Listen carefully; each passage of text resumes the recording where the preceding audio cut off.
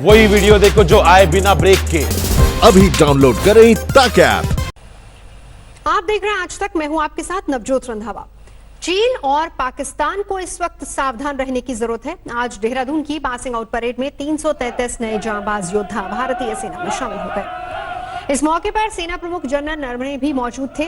उन्होंने साफ कर दिया है कि चीन से बातचीत जारी है और सेना भी तैयार है।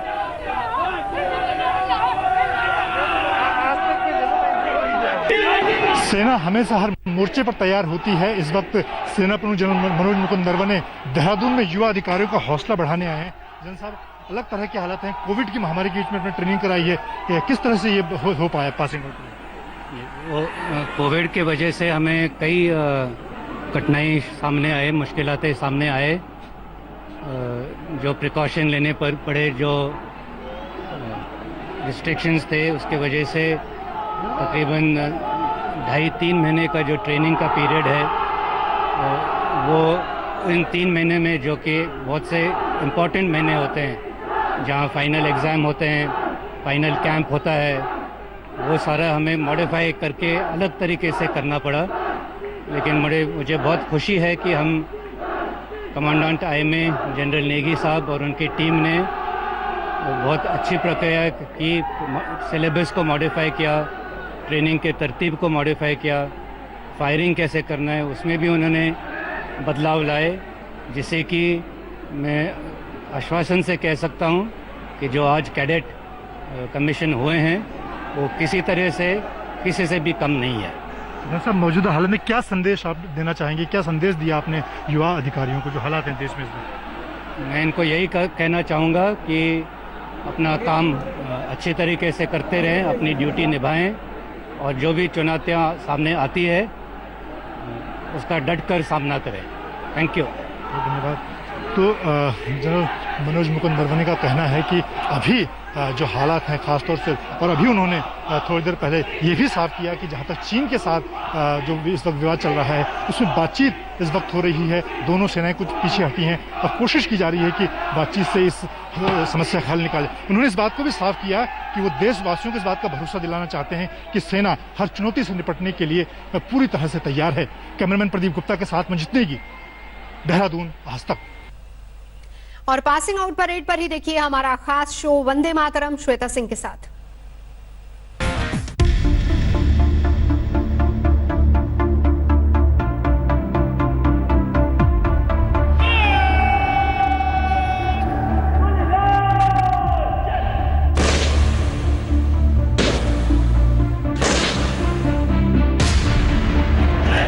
जानते हैं एक ताकतवर सेना और एक कमजोर सेना में क्या फर्क होता है? सैनिकों की तादाद नहीं, उनकी हिम्मत।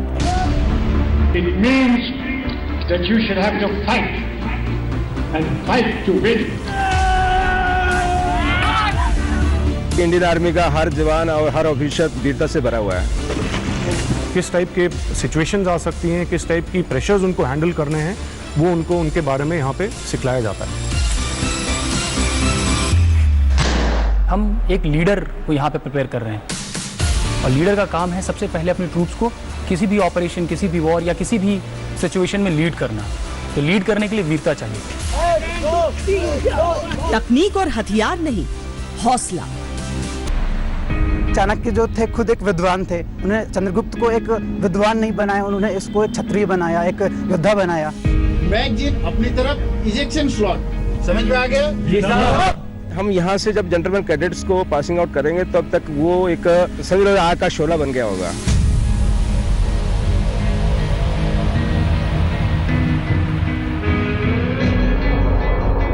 महंगा आधुनिक असलहा नहीं, देश प्रेम की हद। उसके बस एक कमांड पे वो अपने जान देने को भी राजी है। अगर आप अपने आप को अच्छे से समझते हो तो आप उन जवानों को भी समझोगे। जितनी भी फौज को आज तक मौका मिला है, उन्होंने हर जगह उस चीज़ को दिखाया है कि हमारे अंदर क्या है।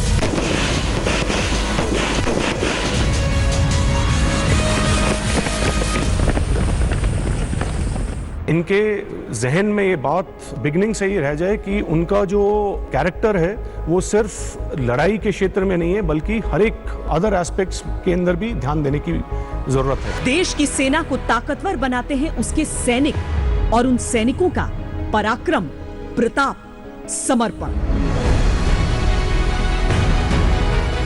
एक इंडियन ऑफिसर के अंदर सबसे बड़ी क्वालिटी जो है वो integrity and loyalty, integrity to his service and loyalty to the country. इसमें कोई शक नहीं है कि बहुत ही कठिन जगह है, मगर जो अंत में आप जो पाएंगे इससे, आप उसके बारे में सोचिए तो ज़्यादा कठिन नहीं है। को क्रॉस करते हैं तो वो लम्हा एक अलग ही चीज़ होती है और हर कैडेट उसका मेरा ये दिल ख्वाहिश है कि मेरी माता मुझे वो स्टार लगाएं जो वो बहुत चाहती है कि मैं अपने बेटे को स्टार लगाऊं। मेरा सपना है कि मेरे दादा दादी पिपिंग सेरेमनी में स्टार्स को जो निकालते हैं वो करेंगे और साथ में मेरे मम्मी पापा भी खड़े रहेंगे। जो रिस्पेक्ट है ये प्रोफेशन का, ये यूनिफॉर्म का, वो बाहर कहीं नहीं मिल सकता। नमस्कार, जय हिंद, वंदे मातरम।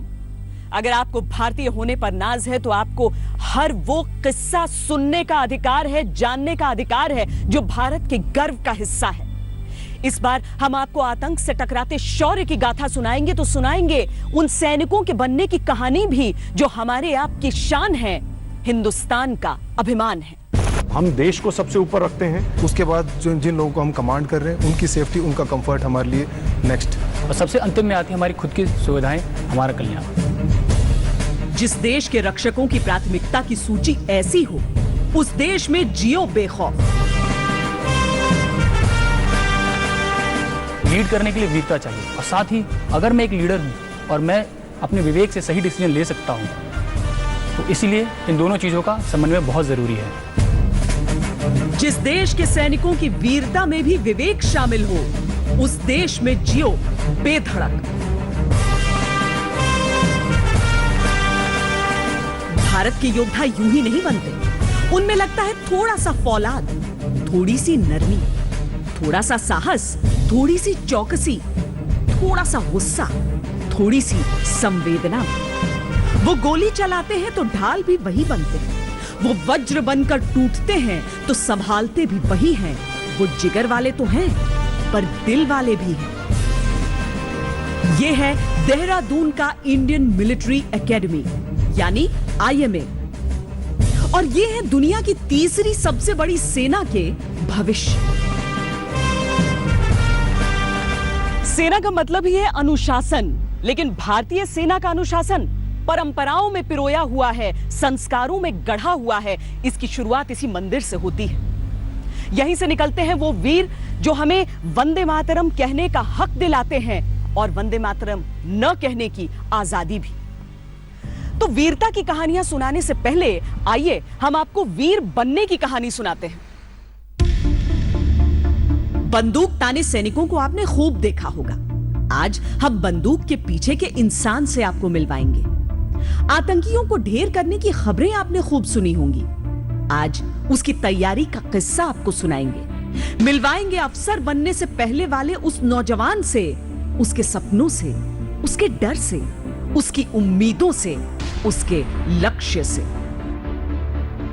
मैं स्टार्टिंग में तो मुझे बहुत टफ लगता था क्योंकि मैं एक सिविल बैकग्राउंड से था। मुझे बहुत सारी नजरें देख रही होंगी और मुझे उनकी उम्मीदों पर खरा उतरना बहुत ही ज्यादा जरूरी। IMA आज दुनिया के सर्वश्रेष्ठ सैन्य संस्थानों में शामिल है, पर उसके गठन की कहानी में भी संघर्ष रहा है। जब भारत में स्वतंत्रता संग्राम अपने चरम पर था, तब सेना के स्वरूप को भारतीय करने की कोशिश भी शुरू हुई। जब हमारे पास अपनी सैन्य अकादमी नहीं थी कि हम अपने होनहार नवयुवकों को प्रशिक्षित करते और उनको अधिकारी बनाते सेना में, तो वो लोग इंग्लैंड जाया करते थे। सैंडर्स नाम की जगह है, वहाँ पर मिलिट्री एकेडमी, वहाँ ट्रेनिंग पाते थे। लेकिन हमारे नेताओं ने अंग्रेज़ों से बार बार कहा और लेजिस्लेटिव असेंबली में भी ये प्रश्न उठाया कि भारत इतना बड़ा देश है तो क्यों ना हमारे अधिकारी यहीं पर प्रशिक्षण पाए और उससे देश का धन भी बचेगा। वर्ल्ड वॉर 1 से पहले तक तो हिंदुस्तानियों को अफसर बनने की इजाजत ही नहीं थी, लेकिन उस विश्व युद्ध में भारतीयों का शौर्य देखकर यह फैसला किया गया कि हर साल 10 हिंदुस्तानियों को ऑफिसर ट्रेनिंग के लिए इंग्लैंड की मिलिट्री एकेडमी भेजा जाएगा। पर अपने देश में अपनी एकेडमी की मांग इस पर नहीं रुकी। आखिरकार अंग्रेजों को 1930 में इंडियन मिलिट्री एकेडमी के गठन की इजाजत देनी ही पड़ी। 1932 से लेके अभी तक तकरीबन 55,000 ऑफिसर्स यहाँ के हेलोड पोर्टल से पास आउट हो चुके हैं। 1932 के अंदर जब पहला कोर्स आया था, उस समय जो इस इंस्टीट्यूशन की क्षमता थी वो सिर्फ 40 जेंटलमैन कैडेट्स की थी। आईएमए से जो पहला बैच निकलकर तैयार हुआ, उसमें शामिल थे हिंदुस्तान के सबसे लोकप्रिय soldier field marshal Sam Manekshaw. Manekshaw ही वो योद्धा थे जिनके सामने 1971 में पाकिस्तान के 93,000 सैनिकों ने घुटने टेक दिए थे। मानेकशॉ ही वो योद्धा थे जिन्होंने पाकिस्तान को उसका सबसे कड़वा सबक दिया था। मैंने ये सरेंडर डॉक्यूमेंट टेलीफोन पे ईस्टर्न आर्मी के चीफ ऑफ स्टाफ को डिक्टेट किया, तो मैंने कहा ये 4 कॉपी बनाओ इसकी, 1 कॉपी न्याजी को देना, 1 जनरल जगजीत सिंह साहब को देना और 2 मेरे पास भेज देना।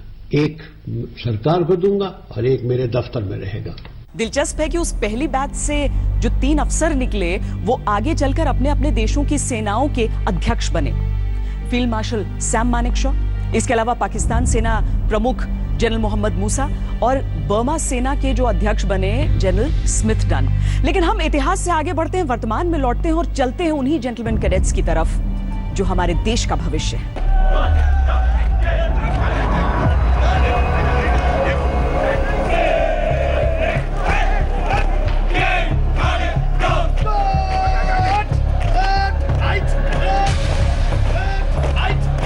यहाँ की हवा में जोश है, फेफड़ों में जाते ही सीना चौड़ा कर देती है।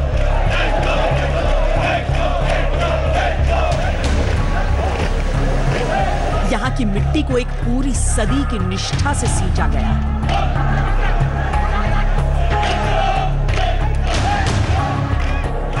फिजा में भारत माता की जय का उद्घोष बसा है।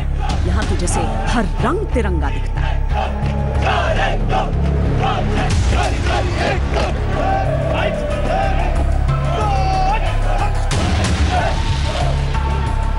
जब तक सांस है तब तक मोर्चे की रक्षा करना है, यही मंत्र होता है भारतीय फौजियों का और यही अंतिम उद्देश्य।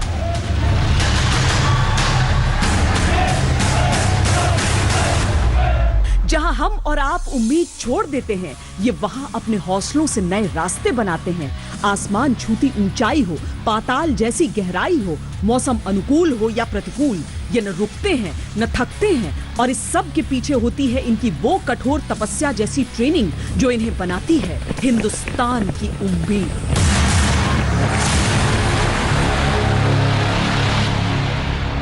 जब एक नौजवान इंडियन मिलिट्री एकेडमी को ज्वाइन करता है तो वो एक सिविलियन के तौर पे इंडियन मिलिट्री एकेडमी ज्वाइन करता है।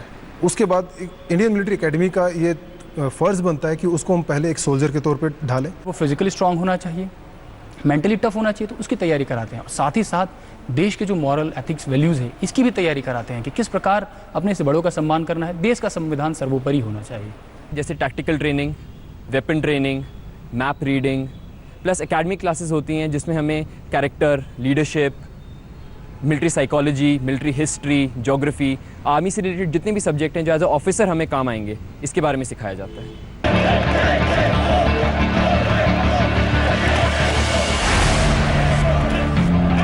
जब तक रगों में दौड़ता खून हौसलों की रफ्तार के बराबर न हो जाए, जब तक जिस्म की मांसपेशियां इरादों जैसी चट्टान न बन जाएं, ये हाड़ मांस के इंसान खुद को गलाते रहते हैं।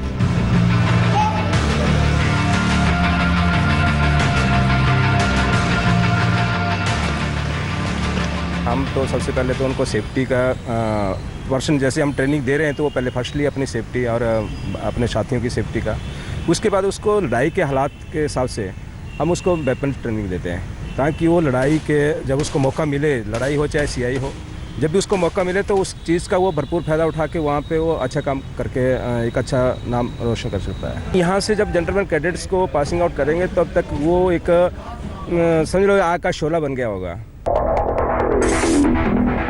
जब बाकी भारत के लोग जिंदगी का जश्न मनाकर सोने के लिए नरम गर्म बिस्तरों की आगोश में समाने लगते हैं, तब आईएमए का कैडेट जाग चुका होता है। देश सेवा के संकल्प को पूरा करने के लिए जरूरी ट्रेनिंग का हिस्सा बनने के लिए। ट्रेनिंग के प्रथम चरण में उन्हें सुबह के 4:30 बजे जागना होता है और 6 बजे तक परेड के लिए मैदान में मुस्तैद होना होता है।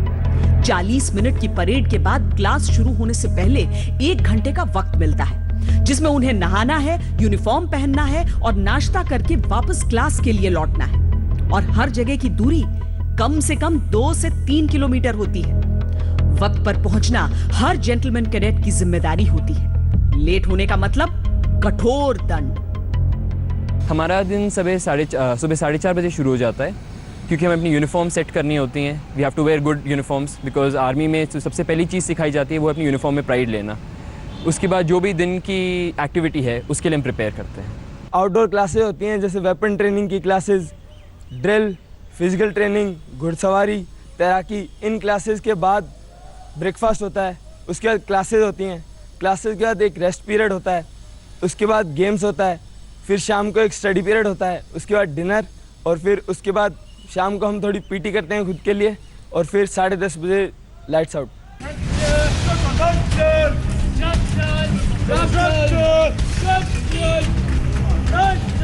परिसर में कैडेट्स हर दफा आपको भागते दौड़ते दिखेंगे।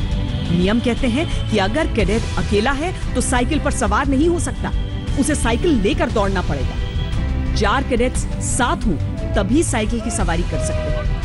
पैदल चलते हुए भी कैडेट को आराम से टहलता हुआ नहीं दिखना चाहिए, उन्हें मुस्तैदी दिखाते हुए भागते रहना होता है।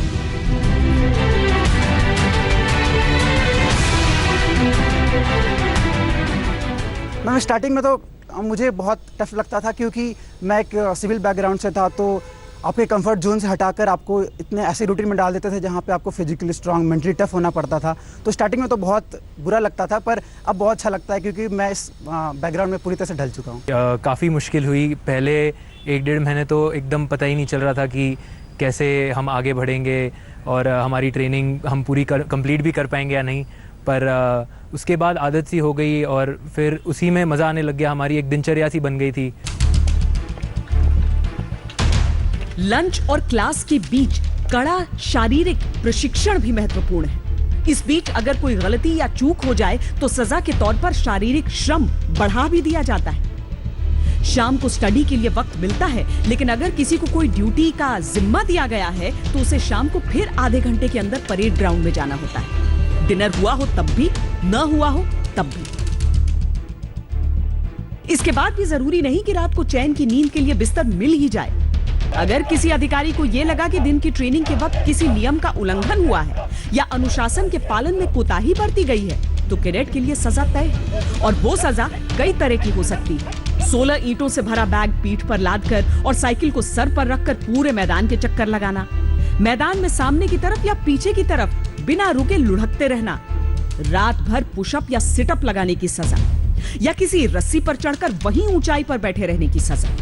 और यह सजा तब तक चलती रहती है जब तक नीचे उतरने का आदेश न दे दिया जाए।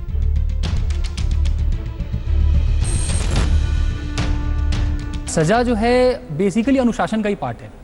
किसी भी जीसी को सजा इसलिए दिया जाता है जिससे कि वो अगली बार ऐसी गलती ना करे। उसको एहसास दिलाया जाता है कि उसने इस गलती के कारण काफ़ी कुछ मिस कर दिया है, तो अगली बार वो ऐसा ना करे। और दूसरी चीज़ ये है कि जो सज़ा वो करेक्टिव मेजर ही है। अगर कोई जीसी दौड़ने में वीक है तो उसको सज़ा भी इसी प्रकार से दी जाती है कि उसका समय बर्बाद ना हो और वो इस चीज़ को आराम से अपने अंदर ढाल ले। अगर वो दौड़ने में वीक है तो उसको उसी प्रकार की सज़ा देगी दौड़ने की।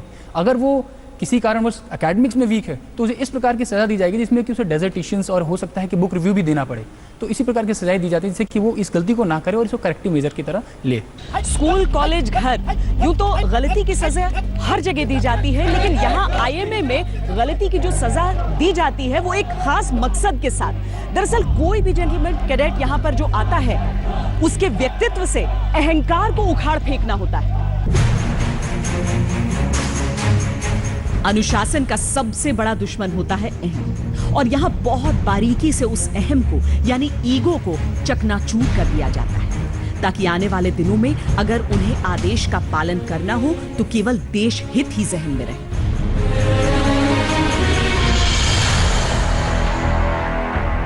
सजा हमेशा शारीरिक होती है और अधिकतर ऐसी जो क्षमता की सीमाओं को चुनौती दे दे। ड्यूटी पर ऑपरेशन के दौरान कई ऐसे मौके आते हैं जब कठिन पहाड़ी रास्तों पर घायल साथी को उठाकर आगे बढ़ना होता है। सजा के तौर पर अपने शरीर के वजन से अधिक बोझ उठाने का मकसद वहां भी नजर आता है। एक्चुअली मैं लेट हुआ था अपनी क्लासेस के लिए, उसके लिए मुझे पनिशमेंट मिली थी तकरीबन 5 मिनट। उसमें मुझे एक रूट मार्च मिला था जिसमें मुझे 20 से 25 किलोमीटर 10 से 15 केजी वेट के साथ भागना पड़ता है। ये सारा मेंटल एप्टीट्यूड के ऊपर है। यहाँ पर हमें ये बात कही जाती है it's not physical, it's mental. Means अगर आप उसको फिजिकल सेंस में लोगे तो आपको प्रॉब्लम होगी, लेकिन अगर आप उसके बारे में सोचोगे ही नहीं तो नॉर्मली आप कुछ भी कर सकते हो। कितना भी वजन दे दिया जाए आप हर एक चीज़ को कर सकते हो, मतलब कि आपको पता ही नहीं चलेगा कि आपने इतना वजन लिफ्ट कर रखा है। रूट मार्च होता है, एक दौड़ होती है, वहाँ हमें वेट लेके लगभग 24 किलोमीटर भागना होता है, 15 किलो ही लगभग। देश प्रेम सबके अंदर होता है, लेकिन इसके लिए जान दे देने का जज्बा जिनमें होता है वो वीर ही सेना को चुनते हैं। भारतीय सेना दुनिया में इस बात की सर्वश्रेष्ठ मिसाल है जहां देश के लिए हंसते हंसते जान देने का रिवाज वीरता पर्व के रूप में मनाया जाता है। स्वदेश सुरक्षा सम्मान सदैव सर्वोपरि, सर्वदा सर्वोपरि। तो उसको मानते हुए देश के लिए जो नए अधिकारी बन के जाते हैं वो अपने प्राणों को बलिदान कर देते हैं, देश की वेदी पर न्यौछावर कर देते हैं। भारतीय सेना की शान में किसी ने कहा था कि बागपन जैसे समुद्र की मौजों में है फौज अपनी इस जहां की बेहतरीन फौजों में है। और ये सच है क्योंकि जब हम दुनिया के दूसरे शक्तिशाली राष्ट्रों की तुलना में अपनी सेना को देखते हैं तो पाते हैं कि सुविधाओं के मामले में भले ही हम बराबर न हों, लेकिन दमखम में हम किसी से कम नहीं। उस समय 18 से 20 वर्ष की आयु होती है, 21-22 भी होती है। तो ये लोग एकाएक कैसे ऐसे सैन्य अधिकारी बन जाते हैं जो देश के लिए सर्वोच्च बलिदान देने के लिए तत्पर रहते हैं। ये वैचारिक प्रशिक्षण है, शारीरिक प्रशिक्षण है और आत्मिक प्रशिक्षण है। आईएमए के भव्य परिसर में दाखिल होते ही जो एक बात सबसे अलग दिखती है वो ये कि सब एक से दिखते हैं। आम जिंदगी में हम सब की ख्वाहिश होती है कि हम भीड़ से अलग दिखें, पहचाने जाएं। पर यहाँ जो भी है वो अपनी शक्लो सूरत या पहनावे से पहचान नहीं बनाना चाहता, वो अपनी पहचान बनाना चाहता है अपने शौर्य से। मेरी माँ तो शुरू से चाहती थी कि मैं एक छोटा बाल रखूं क्योंकि उन्हें बड़ा बुरा लगता था जब मैं बड़े बालों के साथ रहता था। वो बोलती थी कैसा तू अच्छा नहीं लगता इन बालों पे। तो मेरी माँ बहुत खुश हुई थी जब उन्होंने मुझे छोटे बालों में देखा, पर मुझे तो बहुत बुरा लगा था। पर धीरे धीरे समझ में आ गया कि नहीं, ये भी एक ट्रेनिंग का पार्ट है। जैसे सबको सिमिलर करना है, चाहे यूनिफॉर्म के माध्यम से हो या ट्रेनिंग के माध्यम से हो या फिर आपका हेयर स्टाइल हो। अजीब तो लगा था मैम। फ़ैशन में बहुत रहने की आदत थी मुझे, बॉम्बे से बिलोंग करता हूँ तो वहाँ फ़ैशन तो एकदम टॉप पे रहता है। कॉलेज में मेरे बाल भी शोल्डर्स रहे। यहाँ आने के बाद जब बाल काटे गए तो एक बार तो दुख हुआ, पर बाद में समझ आया कि वो एक यूनिफॉर्मिटी, डिसिप्लिन का हिस्सा है। एक जैसा हेयर कट सुनने में सामान्य लगता है, लेकिन इसके पीछे की मंशा बड़ी है। आईएमए में आने वाला हर व्यक्ति चाहे देश के किसी भी कोने से आए, किसी भी मजहब से ताल्लुक रखे, कोई भी भाषा बोले, इस मुकाम के बाद सबकी पहचान एक है, वो योद्धा हैं अपने देश के। उनको एक गाइडलाइंस दी जाती हैं और उस गाइडलाइंस के अंदर आप देखेंगे कि ये जेंटलमैन कैडेट बहुत जल्दी ढल जाते हैं और किसी भी तरह का भेदभाव नहीं किया जाता है इनके साथ में। सो चाहे वो किसी भी प्रांत का हो, चाहे वो किसी भी वर्ग का हो, सबके लिए रूल्स बराबर हैं। तो इसीलिए इसको इम्प्लीमेंट करने के लिए कोई परेशानी बिल्कुल भी नहीं आती हमें। कहने को भारत और पाकिस्तान की सेनाएं एक ही सेना से निकली हैं, लेकिन जहां पाकिस्तान की सेना सत्ता की लालची बनी, तानाशाह बनी, भारतीय सेना ने केवल देश की सेवा की, देशवासियों की रक्षा की। पाकिस्तान में सेना के खिलाफ एक शब्द बोलने की आजादी नहीं है, लेकिन भारत में सैनिकों पर कभी पत्थर बरसते हैं, कभी तीखे बोल बरसते हैं, फिर भी वो हमारी रक्षा करते हैं। शायद फर्क हमारे सैनिकों की ट्रेनिंग में है, फर्क उन संस्कारों में है, उन परंपराओं में है। आईएमए में शरीर और संस्कार दोनों को तराशा जाता है और अफसरों के संस्कारों की बुनियाद है अपने सैनिकों के लिए एक सच्चा और अच्छा लीडर बनना। चाहे जंगलों में एम्बुश हो या शहर के बीचों बीच एंटी टेरर ऑपरेशन, अफसर अपने जवानों के साथ मोर्चे पर होते हैं, सीने पर गोली खाते हैं। देखिए सर, आर्मी एक बहुत अच्छा परिवार हमारा, एक हम परिवार की तरह रहते हैं। जैसे एक घर पे एक बुजुर्ग होते हैं और उसके नीचे जो भी उसका परिवार है, जो यानी जो ऑर्डर्स, जैसे घर से बुजुर्ग जो होता है आपका, जो घर का जो सीनियर होता है, जैसे वो अपने परिवार को एक इकट्ठा करके रखता है, वैसे हमारा फौज के बीच में जो ऊपर से नीचे तक का जो हमारा एक रैंक स्ट्रक्चर है, जो एक काम करने का तरीका है, वो सब एक भाईचारा और एक प्रेम के साथ रह के सब मिलकर काम करते हैं। अफसर बनने का एक पहलू और है। आपने गौर किया होगा कि इन्हें जेंटलमैन कैडेट्स कहा जाता है और इसीलिए रणभूमि में खूंखार पर आम जीवन में एक संपूर्ण जेंटलमैन बनना होता है। खाने की मेज का ये अनुशासन देखिए। इनके खाने के लिए उतने ही औजार होते हैं जितने कि लड़ने के लिए हथियार। खाना शुरू किया तो रखने का अंदाज अलग, अभी और खाना लेना है तो चम्मचों का आकार अलग, और खाना खत्म तो वो भी छुरी कांटे से ही मालूम पड़ जाता है। ये हमारी एक तालीम का हिस्सा है और हम चाहते हैं कि इससे हमारे परिवार वाले भी वाकिफ हों। उन्हें भी अच्छा लगता है कि उन्हें कुछ बाहर का सीखने को मिल रहा है। सिर्फ खाने का सलीका ही नहीं, जेंटलमैन है तो डांस के फ्लोर पर भी रहना है। कभी कभी तो स्थिति ये होती है कि इन्हें युद्ध लड़ना ज्यादा आसान लगने लगता है। जब आईएमए बॉल या फिर एनडीए बॉल होती है तो उसमें कर लेते हैं बस, तो वो कंपल्सन नहीं है, पसंद नहीं है। यहाँ की ट्रेनिंग कुछ ऐसी है कि यहाँ से ताजा ताजा निकले अफसरों ने युद्ध में कमान भी संभाली है। लेकिन आज चुनौती आतंकवाद से भी है। बदले हुए हालात में क्या ट्रेनिंग में कोई परिवर्तन आया है आईएमए की? दिखाएंगे इस ब्रेक के बाद। वंदे मातरम।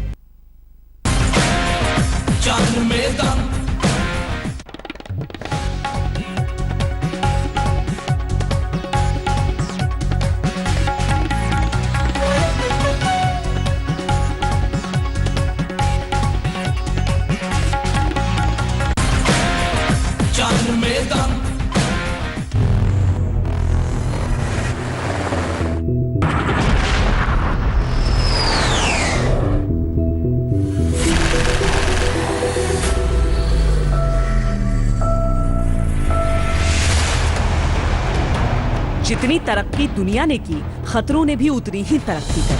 ये बगावत नहीं है। आज दुश्मन प्रत्यक्ष नहीं है, छिप कर वार कर रहा है। आज देश का सबसे बड़ा दुश्मन है आतंकवाद, जिसका सामना करने के लिए इन जेंटलमैन कैडेट्स को केवल सैनिक नहीं बनना है सुपरमैन।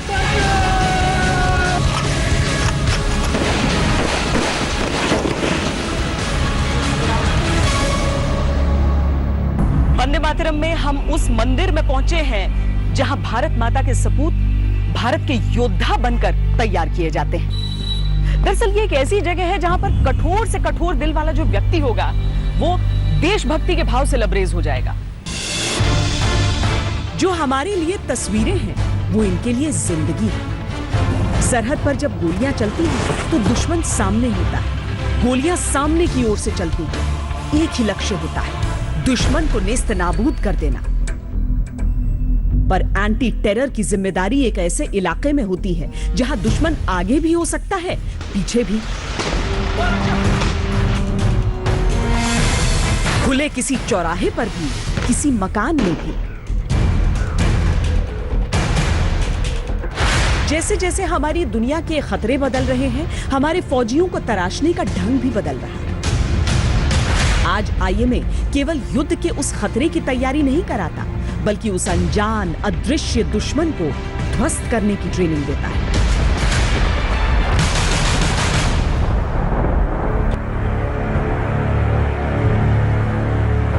सब कन्वेंशनल वॉरफेयर के बारे में भी उसको अच्छे से यहाँ से सिखा के भेजा जाता है। उसको यहाँ पे हर चीज़ के बारे में बताया जाता है कि एक सब कन्वेंशनल वॉरफेयर के अंदर एक ऑफिसर से क्या एक्सपेक्टेड है, उसको अपने ट्रूप्स को कैसे कमांड करना चाहिए, उसको एक सब कन्वेंशनल वॉरफेयर के अंदर कैसे उसको एक्ट करना चाहिए। एंटी टेरर ऑपरेशन की कठिनाई ये है कि दुश्मन कहीं से भी वार कर सकता है। यहाँ 360 डिग्री की सतर्कता चाहिए। दुश्मन किसी भी वेश में हो सकता है, यानी अद्वितीय चौकसी चाहिए। किसी भी मासूम को अपना ढाल बना सकता है, यानी फौलाद से मजबूत कलेजे में संवेदना भी चाहिए। जीसी का मतलब होता है जेंटलमैन कैडेट। कैडेट इसलिए क्योंकि वो आर्मी की ट्रेनिंग कर रहा है, और जेंटलमैन इसलिए क्योंकि आर्मी की ट्रेनिंग के साथ साथ उसे देश का एक आप कह सकते हैं सही नागरिक, जो कि रूल्स को फॉलो करे और देश की रक्षा करे, देश का सम्मान करे। आसान नहीं होता एक हाथ से मारना, दूसरे हाथ से बचाना,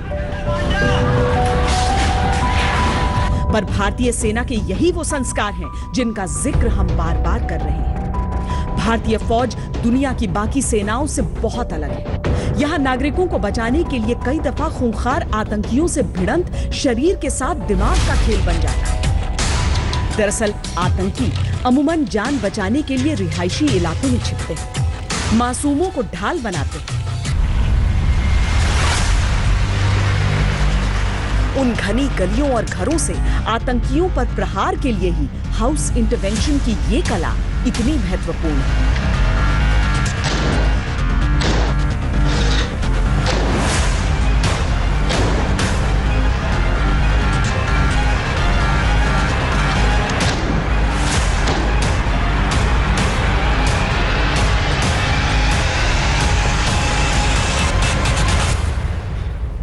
हाउस इंटरवेंशन सिर्फ उस केस में किया जाएगा जब हमें पता है कि यहाँ पे एक टेररिस्ट कंफर्म्ड है इस घर के अंदर। उससे पहले हम सिर्फ हम सर्च ऑपरेशन कैरी आउट करते हैं।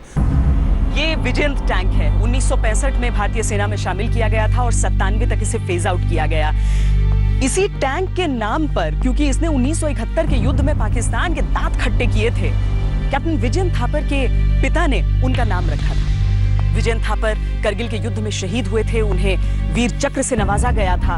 वो यहीं आईएमए के पास आउट हैं। बहरहाल युद्ध की बात चली है तो जहन में ये आता है कि एक वक्त था जब युद्ध विराम हो जाता था सूर्यास्त के साथ, लेकिन आज रात के अंधेरे में खतरे हर तरफ मंडराते हैं और उसके लिए भी एक खास ट्रेनिंग होती है। अंधेरे में केवल उन बारीक आहटों का सहारा होता है जो जिंदगी और मौत का फासला होते हैं। हमारे योद्धा उस अंधेरे को चीर कर देख सकते हैं, उस अंधेरे में जीत का उजाला फैला सकते हैं। देखिए, नाइट नेविगेशन जो है सबसे अहम हिस्सा होता है हमारे आर्मी ट्रेनिंग का, क्योंकि सारी कार्रवाइयाँ जो होती हैं वो इसी पर डिपेंडेंट होती हैं। तो सबसे पहले नाइट नेविगेशन के लिए एक जेंटलमैन कैडेट को डे नेविगेशन के बारे में पता होना चाहिए। बहुत खास होती है अंधेरे में देख सकने की ट्रेनिंग। कहते हैं जब एक इंद्री कमजोर होती है तो बाकी इंद्रियां अतिरिक्त काम करती हैं। ऑफिसर्स की ट्रेनिंग इसी तर्क पर आधारित है। आंखें देख नहीं सकती तो कान के सुनने की शक्ति को और बढ़ाना, इतना सावधान और सतर्क रहना कि बंद आंखों से दुनिया देखे। चाहे वो सितारों के द्वारा नाइट नेविगेशन करना हो या फिर सिलेक्शन ऑफ लैंडमार्क्स कैसा होता है, रात में कैसे लैंडमार्क्स को सेलेक्ट करना है आपने, किस तरीके से अपने कदमों को नापना है। यूं तो अंधेरे के ऑपरेशन के लिए नाइट विजन उपकरण होते हैं जो सूरज ढलने के बाद भी साफ साफ देखने में मदद करते हैं। तो फिर ये ट्रेनिंग क्यों? ट्रेनिंग इसलिए क्योंकि विपरीत परिस्थितियों में मशीन पर पूरा भरोसा नहीं किया जा सकता। अगर मौसम खराब हो तो भारत में उपलब्ध अच्छे से अच्छा उपकरण काम नहीं करता। साथ ही जो उपकरण उपलब्ध हैं, उन्हें काम करने के लिए थोड़ी सी रोशनी की जरूरत होती है। यानी अगर अमावस की रात है या बादल छाए हैं तो नाइट विजन का कोई फायदा नहीं। हथियारों से पहले उन्हें थामने वाले हाथों पर किया जाता है भरोसा और उन्हें मजबूत किया जाता है। सारे ऑपरेशंस जितने भी कोई भी दुनिया की आर्मी हो, बेसिकली वो नाइट में ही कैरी आउट किए जाते हैं आजकल। अमूमन दिन में हम चीजों को देखकर उससे दूरी का जो अंदाजा लगाते हैं वो रात में अलग होता है। इसे डिस्टेंस जजमेंट कहते हैं। रात की ये ट्रेनिंग इसीलिए भी जरूरी है ताकि किसी चीज से दूरी का सही अंदाजा लगाया जा सके। मैप पहली चीज़ है। उसके अलावा मैप के अलावा दूसरी चीज़ जो कि उसके आसपास का वातावरण है, कहाँ से वो जा रहा है, किस जगह से कहाँ जाना है, अगर इस दौरान क्या क्या चीज़ें आ सकती हैं, और अगर मैप है आपके पास तो मैप में वो चीज़ें कैसे दिखेंगी, ग्राउंड में कैसे दिखेंगी।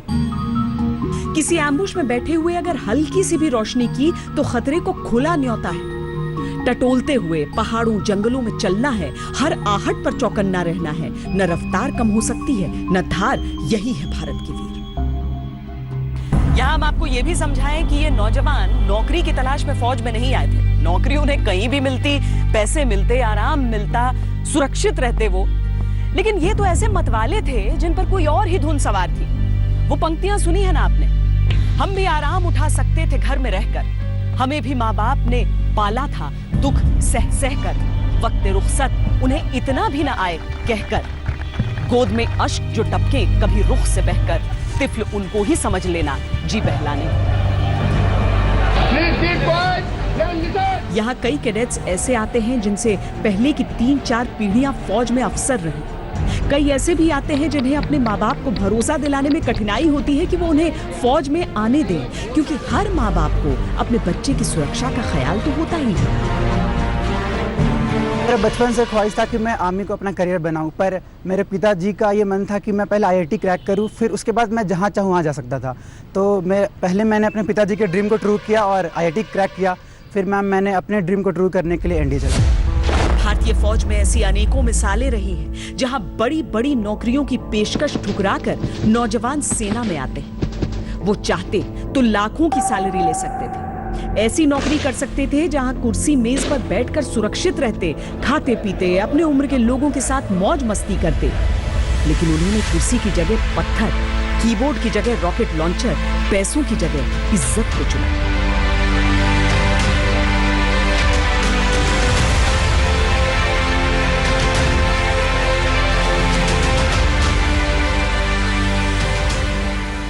वो तीनों में सिलेक्ट हो गए थे, आर्मी में, निफ्ट में और होटल मैनेजमेंट में। ये तीनों निफ्ट में अपने में ये तीनों बहुत मुश्किल है होना, तो वो तीनों में सिलेक्ट हो गए थे। पर उन्होंने कहा मैं दर्जी नहीं बनना, मैंने तो निफ्ट में तो जाऊंगा नहीं, लोगों को मैंने खाना नहीं खिलाना, तो मैं होटल मैनेजमेंट में नहीं जाऊंगा। पर लड़ने का शौक शुरू से ही था, ब्रेवरी थी, क्षत्रिय हैं हम लोग, तो उन्होंने यही आर्मी चूज की। फिर परमवीर चक्र विजेता कैप्टन विक्रम बत्रा इसी IMA में योद्धा के सांचे में ढले थे। जिस साल वो यहाँ आए उसी दौरान उन्हें मर्चेंट नेवी से भी नौकरी की कॉल आई थी। लाखों की सैलरी थी, अच्छी प्रोफाइल थी। उन्हें हांगकांग में ड्यूटी ज्वाइन करने को कहा गया था। मेरे से कहा कि मम्मी मैं मर्चेंट नेवी में नहीं जाना चाहता, तो मैंने उसे वैसे ही पूछा कि क्या बात है। वो कहता मेरा शुरू से ही प्रोग्राम ये रहा है कि मैं आर्मी में जाऊं और कुछ करके दिखाऊं। My company's success की नवाज ये दिल मांगे मोर। उस वक्त एक लेफ्टिनेंट की सैलरी हुआ करती थी करीब 16,000 रुपए और मर्चेंट नेवी में शुरुआती तनख्वाह 1 लाख। 22 साल की उम्र में विक्रम बत्रा ने अगर लाखों के पे पैकेट से मुंह मोड़ लिया तो ये उस समर्पण, उस बेमिसाल देशभक्ति का ही नमूना था। और विक्रम बत्रा ही क्यों, महावीर चक्र विजेता अनुज नैयर, अशोक चक्र से सम्मानित त्रिवेणी सिंह, 22-23 साल के इन सभी नौजवानों ने नौकरी नहीं, देश को चुना। मैंने कहा आपने हमें बताया क्यों नहीं? कहते मैं जा रहा हूँ इंटरव्यू के लिए, कौन से सारे सिलेक्ट हो जाते हैं, तो कोई ज़रूरी नहीं है मैं सिलेक्ट हो जाऊँ, ऐसे बोला, ऐसे मेरा मन रखने के लिए। आप खुद सोचिए, जिस देश में नौजवान ऐसे जज्बे से भरपूर हो, उस देश में नापाक चुनौतियों से हमें कैसा डर। यहाँ सिर्फ भविष्य को नहीं संवारा जाता है, यहाँ इतिहास को भी संजो कर रखा जाता है।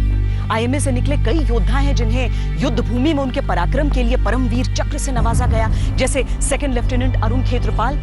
कई अशोक चक्र विजेता हैं, महावीर चक्र विजेता हैं, वीर चक्र विजेता हैं, कीर्ति चक्र, शौर्य चक्र, आप नाम लीजिए। IMA से निकलने वाले अफसरों के सीने पर वो तमगा जरूर सजा है।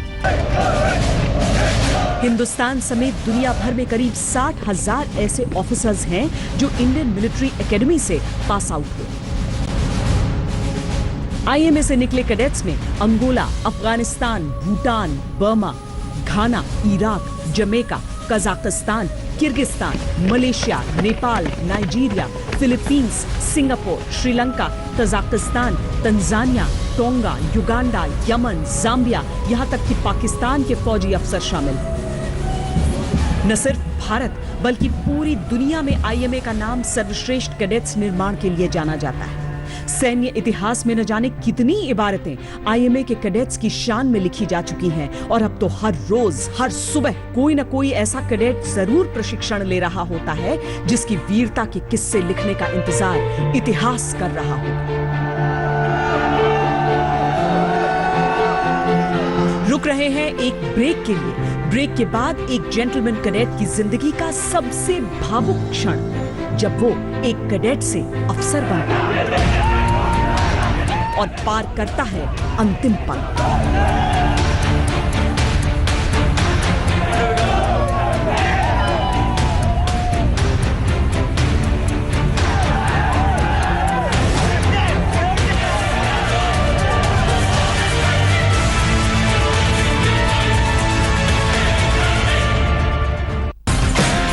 नमस्कार, मैं हूं अंजना ओम कश्यप। हमें उम्मीद है ये वीडियो आपको पसंद आया होगा। लेटेस्ट खबरों के लिए यूं ही देखते रहिए आज तक, और इस वीडियो के पसंद आने पर लाइक, शेयर एंड सब्सक्राइब करना ना भूलें।